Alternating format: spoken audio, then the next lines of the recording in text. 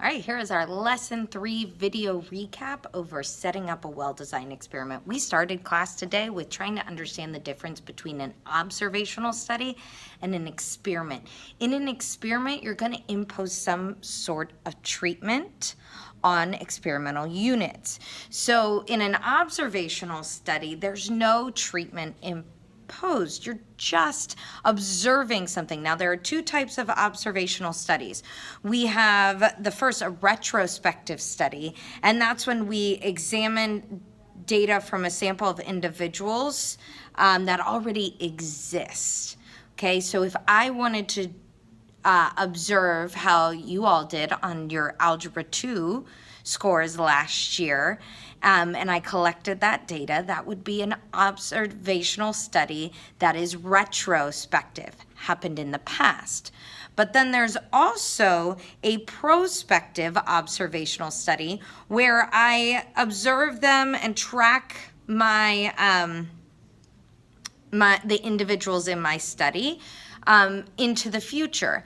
These prospective studies could be done throughout a student's middle school, high school career, looking at maybe they implemented a change into how they were teaching math back in elementary school, and they do a prospective study to see the impacts that implementation has throughout someone's entire math career in K through 12.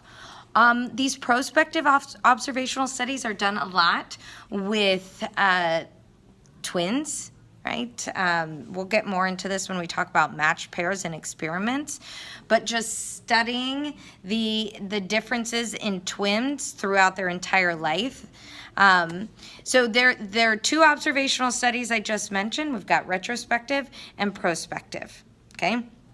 And then we got into experiments, and that was really the focus of our lesson, how to have a well-designed experiment. So in order to do so, to have a well-designed experiment, you first have to make sure you're going to have comparison in your experiment. Right? You can't just apply treatment to one group and then that be the end of your experiment, because what would you be comparing it to? Okay, so you have to make sure your design compares 2 or more treatment groups. Also, you have to have random assignment. If you don't randomly assign 2 treatment groups, then you are not going to be able to draw any conclusions at the end of your experiment. That random assignment is extremely important. So we have to have comparison and random assignment. You also have to have control. Now, I did talk in a previous video that control doesn't always mean having a control group.